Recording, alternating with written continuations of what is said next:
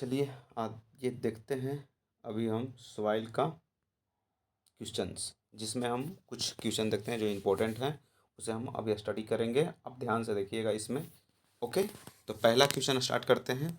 The hydrometer method of the sedimentation analysis differs from the pipette analysis mainly in.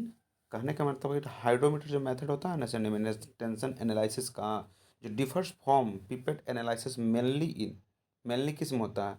The method taking observation. I mean the method जो होता है ना taking observation, observation taking में ये मतलब mainly use होता है। Okay, अगला question. When the plastic limit of the soil greater then, जो प्लास्टिक लिमिट होता है ना डब्ल्यू पी, प्लास्टिक लिमिट का बोल रहा है, soil greater than the liquid limit मैंने W L liquid limit, then plasticity index reported. तो कह रहा देखिए प्लास्टिसिटी इंडेक्स रिपोर्टेड जीरो। तो आपको फार्मूला पता होगा, वो वहाँ पे फार्मूला इंडेक्स में पढ़े थे। श्रिंकेज का था, उसके बाद था श्रिंकेज इंडेक्स का था, उसके बाद था आपको श्रिंकेज बाद प्लास्टिसिटी इंडेक्स का था, उसके बाद इधर दोनों फार्मूला हुआ ना। तो श्रिंकेज का बताया था ट्रिक कैसे याद करना है, वो फार्मूला याद कीजिए वहाँ पे। तो यह फार्मूला याद करने का था ना कि पहले हम पानी, तब इंग्लिश में बोल लेंगे लिक्विड, तो पानी, तो W P minus W A से पहले सोना आई, तो फिर प्रहलाद, तो श्रिंकेज लिमिट, फिर हो गया प्लास्टिसिटी, सॉरी श्रिंकेज इंडेक्स, फिर प्लास्टिसिटी इंडेक्स, तो W P minus W S और W L minus W P. तो उसी में कह रहा है ना कि अगर बाई द वे जो प्लास्टिक लिमिट है वो अगर ज़्यादा हो जाएगा, माइनस में हो, अगर ज़्यादा हो जाएगा तो आपको पता है कि वहाँ बताया था कि जीरो होता है, तो उस हिसाब से ये प्लास्टिसिटी इंडेक्स जीरो हो जाएगा। ओके, अगला question. At liquid limit all soil possess. कह रहा कि लिक्विड लिमिट जब रहेगा ना उस टाइम सॉइल क्या होगा? Same shear strength small magnitude. कह रहा है लिक्विड लिमिट पे शेयर स्ट्रेंथ सबका सेम होगा लिक्विड लिमिट पे, तो वही ऑप्शन ए हो जाएगा, same shear strength of a small magnitude. Liquid limit पर सेम शेयर स्ट्रेंथ और स्मॉल मैग्नीट्यूड। ओके, अगला question. Sand particles are made of. Sand particle किससे बनता है? तो आपको पता होना चाहिए कि सैंड जो होता है ना, सैंड वो रॉक से बनता है, रॉक मिनरल से, जो चट्टान होता है ना उसको छोटे छोटे कण से बनता है आपको सैंड। तो रॉक मिनरल से बनता है आपका सैंड। वही बोल दिया क्ले किससे बनता है? क्ले जैसे सैंड सिल्ट क्ले होता है ना, तो सैंड तो बोल दिया कि रॉक से बनता है, लेकिन क्ले बोलेगा तो क्ले क्योलोनाइट, जो मिनरल्स वगैरह नहीं थे सॉइल में पढ़े थे मिनरल्स, वही क्योलोनाइट से बनता है, I double L I T, illite से बनता है, मोंट मोरोलाइट से बनता है। तो क्ले आपसे क्ले भी पूछ सकता है या तो सैंड पूछा ही है। तो क्ले के लिए क्या क्या होगा? क्योलोनाइट, आइलाइट, मोंटमोरोलाइट, ये मिनरल्स से बनते हैं। ओके, आगे बढ़ते हैं। विच of the flowing method is more suitable for the determination of the permeability of clayey soil. कहने का मतलब इनमें से कौन सा मेथड जो है सुटेबल है determination of permeability of clayey soil, clay soil के लिए कौन है? Falling head method. हाँ, तो आप पढ़े होंगे परमेबिलिटी में दो मेथड पढ़े होंगे आपको, जो लैब में होता है, कांस्टेंट हेड और एगो फॉलिंग हेड। तो कांस्टेंट होता है किसके लिए होता है? कोर्स ग्रेन सॉइल के लिए, falling head fine grain soil के लिए। तो क्लेई में फाइने वाला आ गया, तो आपको पता होना चाहिए क्लेई सॉइल के लिए परमेबिलिटी के लिए फॉलिंग हेड होगा, क्योंकि फाइन ग्रेन के लिए फॉलिंग हेड होता है। तो क्लेई सॉइल के लिए कौन होता है? Falling head. ओके, हम बताया the average coefficient of the permeability of nature deposit. कहने का मतलब है the average coefficient of permeability of nature deposit. तो आपको ये पता है, वहाँ पे परमेबिलिटी में पढ़े हैं कि हॉरिजॉन्टल और वर्टिकल में कंपेयर, तो यहाँ पे क्वेश्चन थोड़ा घुराया गया है। तो ऐसे ही पता होना चाहिए आपको कि हॉरिजॉन्टल का जो परमेबिलिटी कोफिशिएंट ऑफ परमेबिलिटी होता है ज़्यादा होता है वर्टिकल से। वर्टिकल खड़ा हुआ और हॉरिजॉन्टल तो पड़ा हुआ है, तब हॉरिजॉन्टल का बड़ा होता है कोफिशिएंट ऑफ परमेबिलिटी वर्टिकल से। ओके, यहाँ पर वही लिखा हुआ है पहला option. Parallel parallel stratified always greater than, parallel वही हॉरिजॉन्टल वाला पैरेलल ग्रेटर देन परपेंडिकुलर। हाँ, परपेंडिकुलर खड़ा से पैरेलल वाला बड़ा होता है। ओके, अगला question. The total discharge from two wells situated near to the each other. हाँ, कह रहा है ना कि the total discharge from two wells है, जो टू वेल्स हो ना, 5 टू वेल्स है, सी सिटुएटेड है near to the each other, एक दूसरे को नियर रहेगा तो, जो वेल्स है दोनों नियर रहेगा तो, less than sum of discharge from individual wells, less than sum of discharge individual wells. इसको समझना पड़ेगा।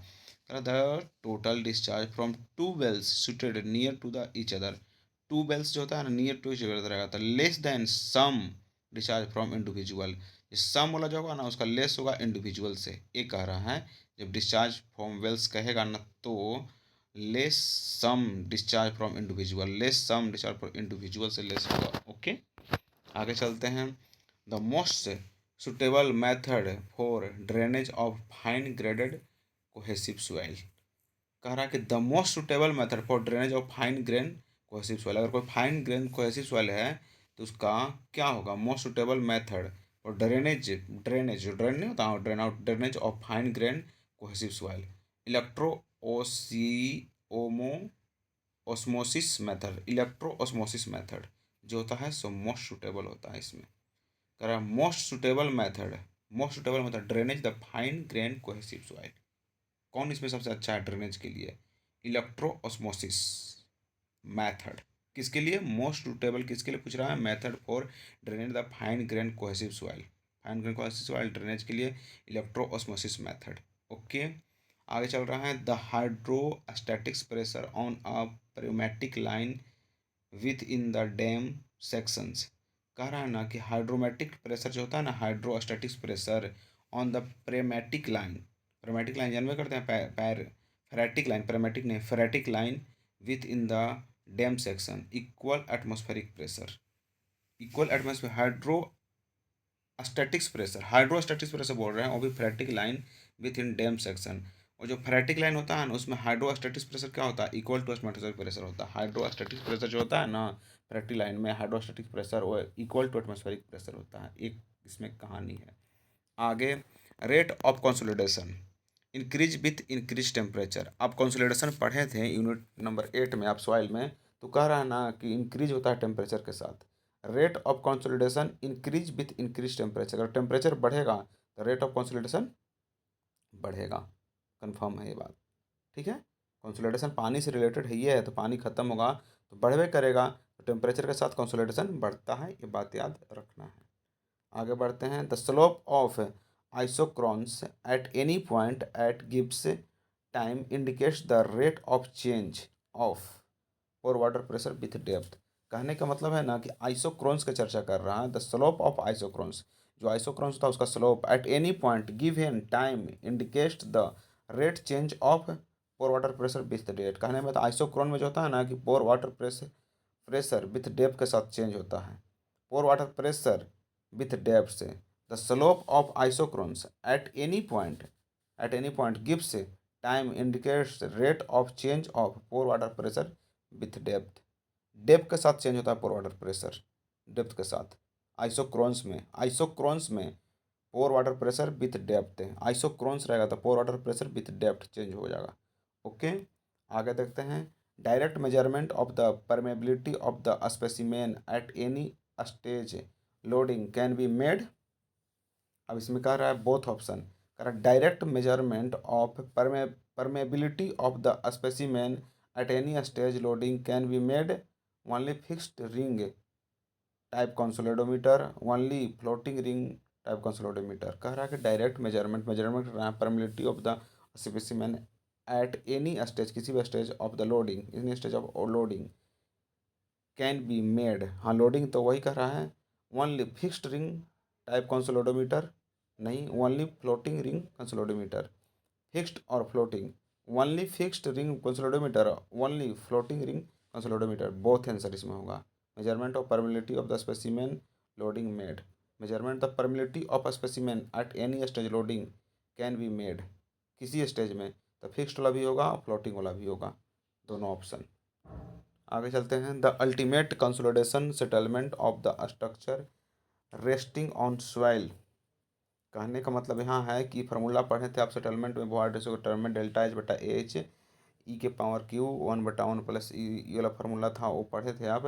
The ultimate consolidation settlement of the structure resting on soil decrease with increase initial void ratio, हाँ decrease with initial void ratio, हाँ initial void ratio comparison धीरे धीरे decrease ही हो जाता है आपको कंसोलिडेशन सेटलमेंट। कहा कि पहले वॉइड ज़्यादा होता है धीरे धीरे कमता है, तो डिक्रीज विथ कर इसी में ना कि सेटलमेंट के तौर पे the ultimate consolidation settlement structure resting on the soil decrease with increase initial void ratio, हाँ डिक्रीज होगा, decrease with increase initial void ratio, decrease होगा इनिशियल वॉइड रेशियो कंपेयर में कंसोलिडेशन सेटलमेंट। ओके, अब आगे with the increase the amount of compaction energy, with the increase of amount of compaction energy optimum water content decrease but maximum dry density increase. कह रहा है कि with the increase in the amount of compaction energy, with the increase amount of compaction energy, कब किसके साथ आपका compaction energy increase होता है, वो कह रहा है optimum water content decrease but maximum dry density increase. कह रहा with the increase amount of compaction energy, compaction energy के साथ optimum water content decrease, compaction energy में optimum water content decrease but maximum dry density increase. इसमें तो कहाँ dry density increase compaction energy में। अब आया कर रहा है for loose sand sample and dense sand sample consolidated to the same mineralogy stress. कह रहा है ना कि for loose and sample and dense sand sample consolidated to the same mineral stress, ultimate strength of same but peak strength dense and greater than loose strength. कहने का मतलब है for loose sample and dense and sample consolidation the same mineralogy stress. कहने का मतलब एगो loose है एगो डेंस है, तो उसको मैं कंपेयर करने के लिए बोल रहा है। Ultimate strength is same, ultimate strength same होगा लूज का भी थी का भी same, but peak strength of dense brittle nature, peak strength जो होता है ना स्ट्रेंथ ऑफ डेंस का brittle nature sand greater than loose. हाँ अब देखिए कुछ जो डेंस है ना, जो बट डेंस है, ultimate strength same but peak strength of dense sand brittle greater होगा, मैंने ब्रिटल ग्रेटर होगा डेंस वाला का, और लूज वाला का कम हो जाएगा। ये बात ध्यान देना है यहाँ पे। आगे कह रहा in a consolidated drainage test on normally consolidated clay, the volume of the soil sample during the shear कह रहा डिक्रीज कर रहा द कंसोलिडेटेड ड्रेनेज टेस्ट होता है ना on normally consolidated clay, volume of the soil sample during the shear decrease हो जाता है, during the share volume of the soil sample during the shear decrease होगा। हाँ वॉल्यूम कम भी ना करेगा, कंसोलिडेट कीजिएगा तो वॉल्यूम आपका कमेगा, तो वही कह रहा है consolidated drainage test normally consolidated clay volume of the soil sample during the shear decrease, वो डिक्रीज हो जाएगा। Okay unconfined compressive strength test is undrained test, unconfined होता है अंडररेंज टेस्ट होता है। Unconfined compressive strength test undrained test, unconfined compressive strength test undrained test, unconfined compressive strength test is undrained, unconfined से undrained होता है। Okay in triaxial compression test on a soil specimen the intermediate principal stress equal to minor principal stress। कह रहा triaxial compression test soil specimen the intermediate principal stress equal to, triaxial में जो intermediate होता है ना उसका पूछ रहा है, माइनर प्रिंसिपल स्ट्रेस के बराबर होता है। In triaxial compression test on soil specimen the intermediate principal stress is equal to, triaxial में इंटरमीडिएट माइनर प्रिंसिपल का होता है, इंटरमीडिएट जो होता है ना माइनर का हो जाता है बराबर ट्राइएक्सियल में माइनर का। Okay in the triaxial compression test application of the additional axial stress deviator stress on the soil specimen produced shear stress on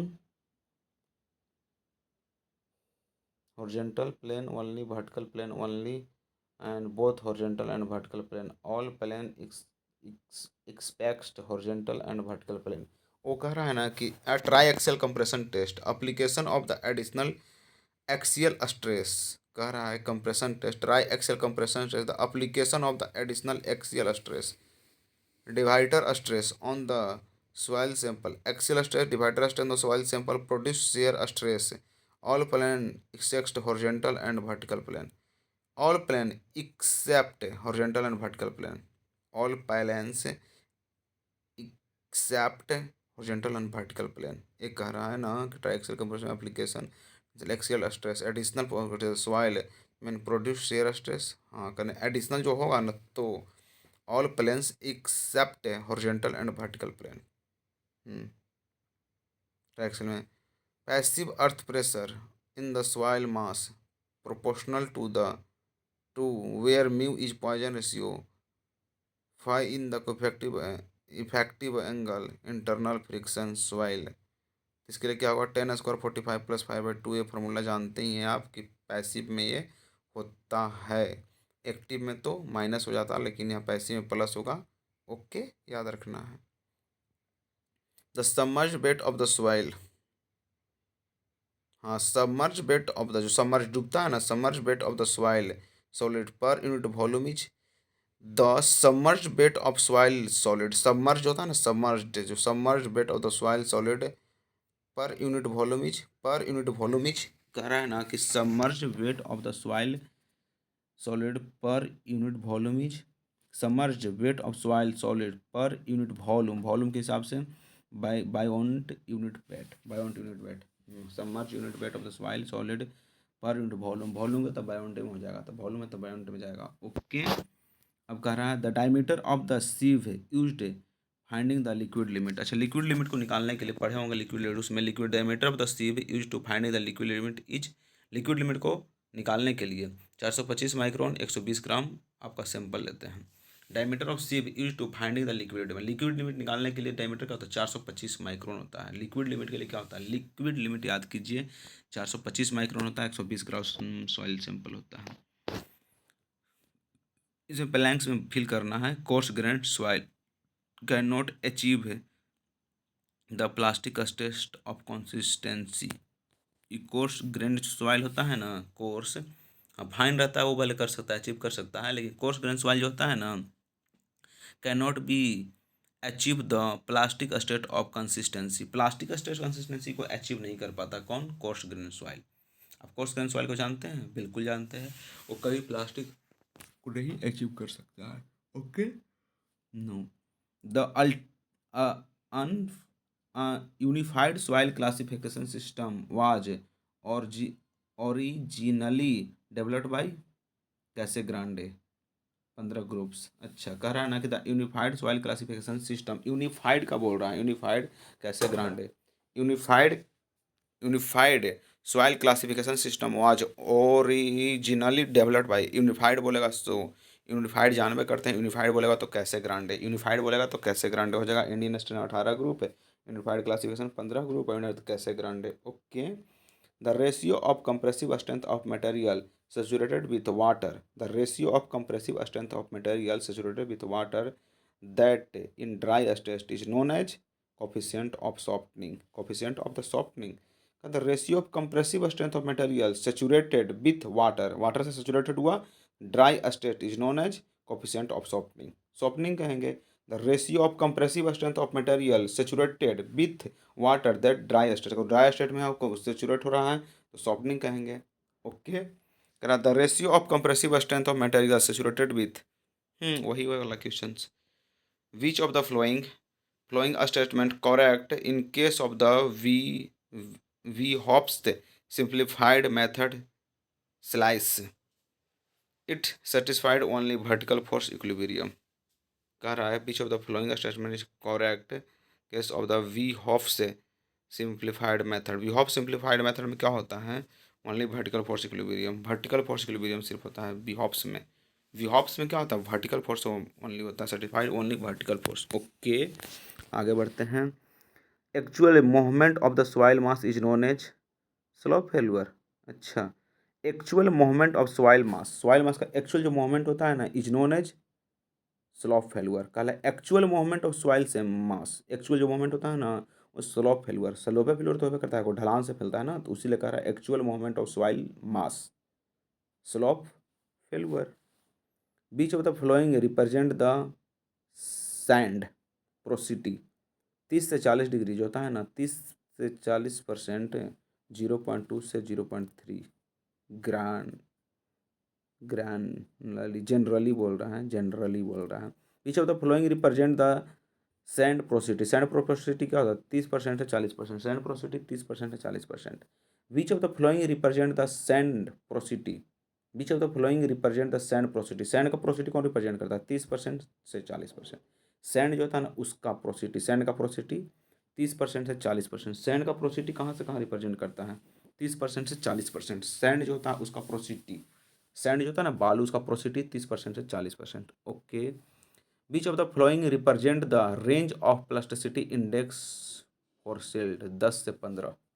कहना विच of the flowing represent the range of plasticity range of plasticity index, range of plasticity index of silt का पूछ रहा है range of plasticity index, तो 10 से 15 होता है। Silt का 10 से 15, एस जैसे नहीं 10 होता है ना, तो 10 से 15 होता है। ओके, क्ले का पूछेगा तो 16 से 100 तक हो जाता है। अगर by the way plasticity index range पूछ दिया आपको क्ले का, तो 10 से तो 15 हो ही गया। क्ले का कितना हो गया, सॉरी सिल्ट का कितना हो गया, 10 से 15 हो गया। वही क्ले का पूछ दिया तो 16 से लेकर 100 तक हो जाएगा।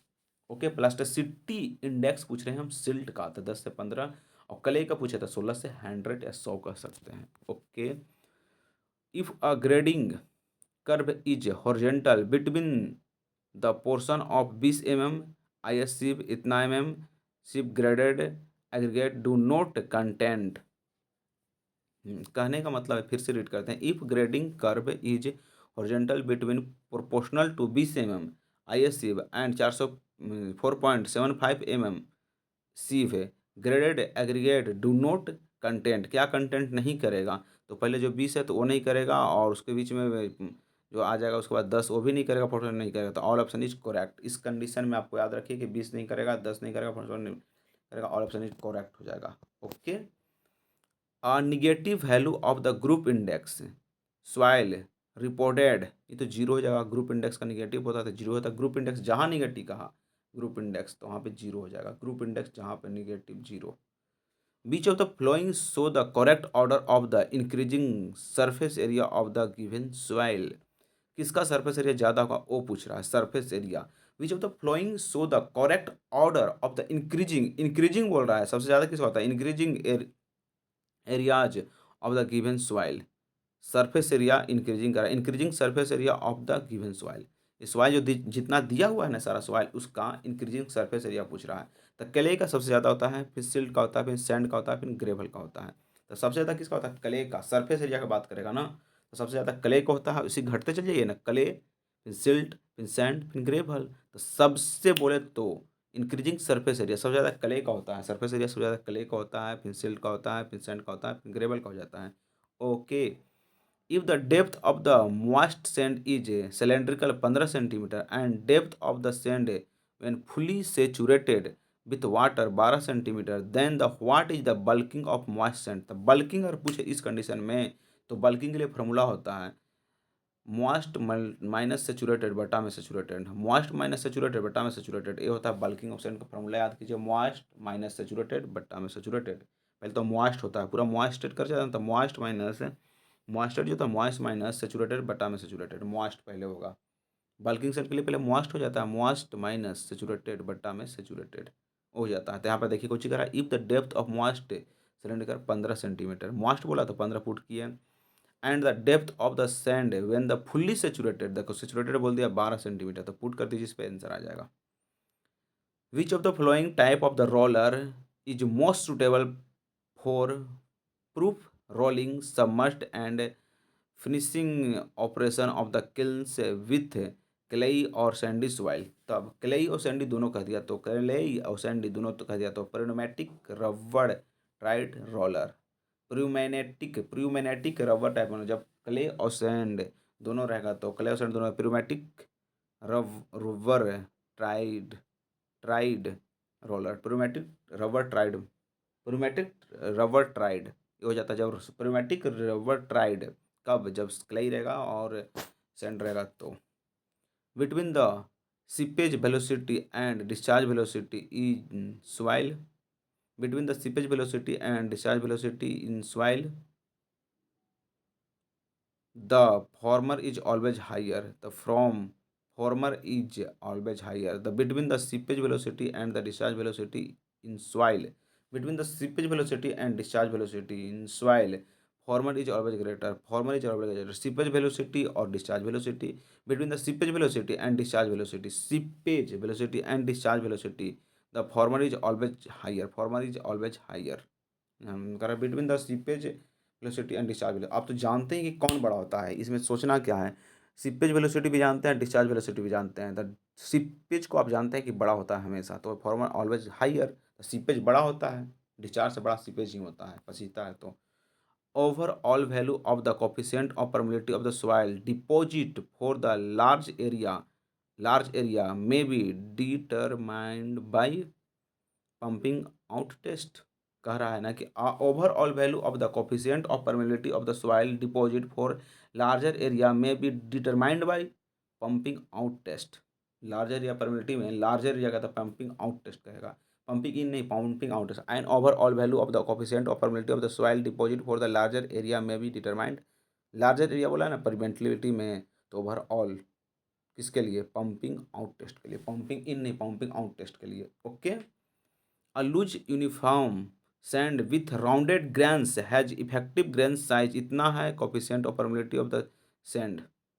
अच्छा, अब देखिए एक coefficient of permeability का फॉर्मूला होता है ना, जब साइज देगा ना तो फॉर्मूला दे याद कीजिए, D10 को साइज ही सूचित करते हैं ना, द सी D10 के होल स्क्वायर। तो सी को जी 100 से 150 रेंज में लेते हैं, तो के कोफिशिएंट ऑफ परमेबिलिटी के लिए सी D10 का होल स्क्वायर, सी D10 का होल स्क्वायर, सी को जी होता है वैल्यू होता है, सी जो ले सकते हैं 100 से 150, लेकिन D10 का जो साइज होता है, तो वही loose uniform sand with rounded grains effective grain size, effective grain size बोल रहा है, effective grain size 0.05 centimetre, coefficient of permeability of the sand, coefficient of permeability क्या होता है, सी D10 का होल स्क्वायर, तो सी पुट किए हैं और D10 सी 100 लिया, D10 कितना कर रहा है, साइज का इफेक्टिव साइज बोलवे कि आपको परमेबिलिटी पूछिए रहा है, तो साइज वाला फॉर्मूला लगा दीजिए, सी D10 का होल स्क्वायर। ओके, आ जाएगा आंसर सी इंटू D10 का होल स्क्वायर, D10 का whole square. The consolidation time for solids कह रहा है ना, कंसोलिडेशन कह रहा है, the consolidation time for solids, soils के लिए कंसोलिडेशन टाइम क्या होता है, सॉइल्स के लिए, increase with increase compressibility. Consolidation time for soil, soil के लिए कंसोलिडेशन टाइम क्या होता है, इंक्रीज होता है विथ इंक्रीज कंप्रेसिबिलिटी, कंप्रेसिबिलिटी बढ़ेगा तो कंसोलिडेशन टाइम बढ़ता है, increase, decrease with increase permeability, हाँ डिक्रीज, कंसोलिडेशन टाइम क्या होगा, डिक्रीज होगा, फॉर डिक्रीज होगा, परमेबिलिटी बढ़ेगा, तो it independent the stress change पर इंडिपेंडेंट होता है, तो ऑल ऑप्शन इसमें करेक्ट होता है। तो कहने का मतलब कंसोलिडेशन टाइम जो होता है इंक्रीज विथ इंक्रीज कंप्रेसिबिलिटी, हाँ compressibility time increase with increase compressibility और decrease permeability independent the stress पर नहीं डिपेंड करता, कंसोलिडेशन टाइम जो होता है स्ट्रेस पर डिपेंड नहीं करता है, परमेबिलिटी बढ़ेगा तो उसमें घटेगा, लेकिन स्ट्रेस बढ़ेगा तो बढ़ेगा, ऑल ऑप्शन इसमें करेक्ट हो जाएगा। The clay deposit thickness 10 centimetre, void ratio इतना, undergoes settlement and now it's final void ratio इतना, थिकनेस इतना, सेटलमेंट लेयर। तो आपको एक पता है सेटलमेंट लेयर के लिए फार्मूला है डेल्टा एच बटा एच और डेल्टा ई बटा 1 + E0, ये फार्मूला जानते हैं वॉइड रेशियो टर्म में, डेल्टा एच कुछ होता है जितना सेटलमेंट हुआ ना ओ, अभी जो है एच होता है ओरिजिनल हाइट होता है, डेल्टा ई वॉइड रेशियो होता है, initial void ratio minus final void ratio, void e कुछ होता है delta e initial void ratio minus final void ratio, बट्टा में 1 + E0 ए होता है आपका।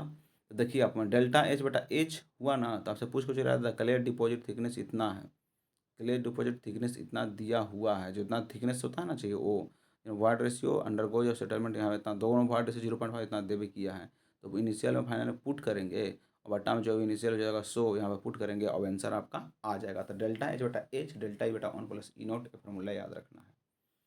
Triaxial compression test of the soil specimen, the intermediate principal stress is equal to triaxial compression test on soil specimen, the triaxial compression test on soil specimen, the intermediate principal stress minus, हाँ intermediate जो होता है ना try में, intermediate होता है minus principal के बराबर होता है, the tri test intermediate principal stress equal to the confining pressure, हाँ कन्फाइनिंग प्रेशर का भी इक्वल हो सकता है, कन्फाइनिंग प्रेशर का भी इक्वल हो सकता है, tri test intermediate principal stress equal to confining, tri में इंटरमीडिएट